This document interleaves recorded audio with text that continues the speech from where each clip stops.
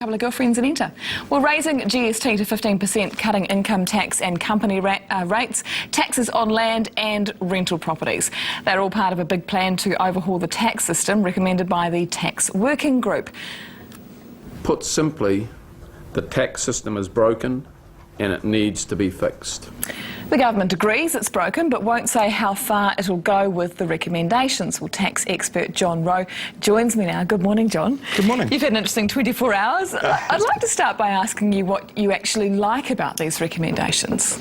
I think it's great to see that the government actually has come out and had a look at the whole picture and sat back and looked at what investment people are actually making and what distortions are happening in the income tax system and the GST. At the moment, I like the concept of spreading the tax base over more areas, such as increasing GST, removing the emphasis away from people who leave New Zealand because of tax and because of income levels. New Zealand needs to attract talent, and that's leaving. So you're talking about lowering the higher tax rate to around about 30% there? That's right, yes. Right. And also lowering the corporate tax rate, because New Zealand is competing with overseas countries to get businesses to invest in New Zealand. And with that tax rate being as high as it is, it's higher than Australia. Australia's still talking about dropping theirs further, and it's one of the highest in the OECD, so that needs to be brought back down in line. One of the points of this review was Bill English wants to make our tax system fairer for all and to promote economic growth. Do you think it could be fair, any of these recommendations could make it fairer? Yes, I do. Moving it more to a indirect tax such as GST will make it fairer because it will spread the load. At the moment, the tax base is being supported by high income individuals who are earning over $70,000 a year now, and more people are falling into that bracket with inflation. Interestingly with that though, 10% of high income earners are paying about 44% of income tax, but more than half of top income earners are not paying the highest tax rate because of loopholes through trusts and restructuring, etc. Will those loopholes be closed, do you think? If they change the personal, if they align, the personal and the company and the trust tax rate, then those loopholes effectively, and I don't think they are loopholes, they're just difference in tax rates. And it's people utilising those mechanisms to get the best outcome for themselves. Let's talk about the overall 15%, the rise to 15%, potential rise to 15% for GST. That may be great for high income earners because they're getting sort of a 7 or 8% tax rate and only a 2.5% increase in GST. But for lower income earners, there's some talk of compensation for beneficiaries, but nothing for the lower income earners at this point. It's how you go and set the income tax system up and how you alter that to compensate people for the increase in GST.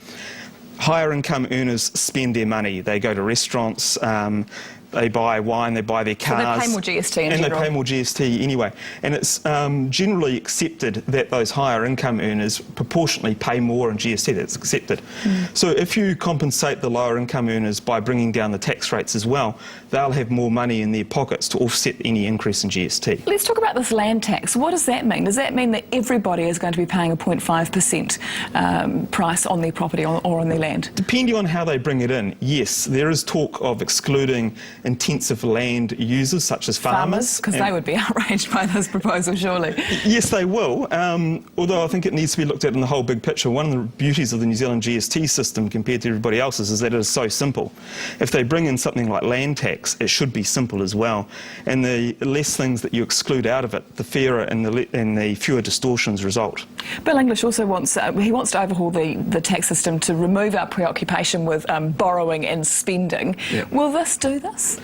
Not necessarily. I think the Tax Working Group has had this real focus on property investment. In fact, too much of a focus on property investment to the exclusion of other vehicles out there. Look, the report says that the tax system worked well back in 1989 and doesn't work now as well now. Now, there's been very little changes in the rental property tax regime through that period. What has changed is that people have lost faith in other areas such as the stock market and that's not coming back anytime soon after the year we've just had, right? No, and that happened back in the 80s. There's been very little changes to the regime there.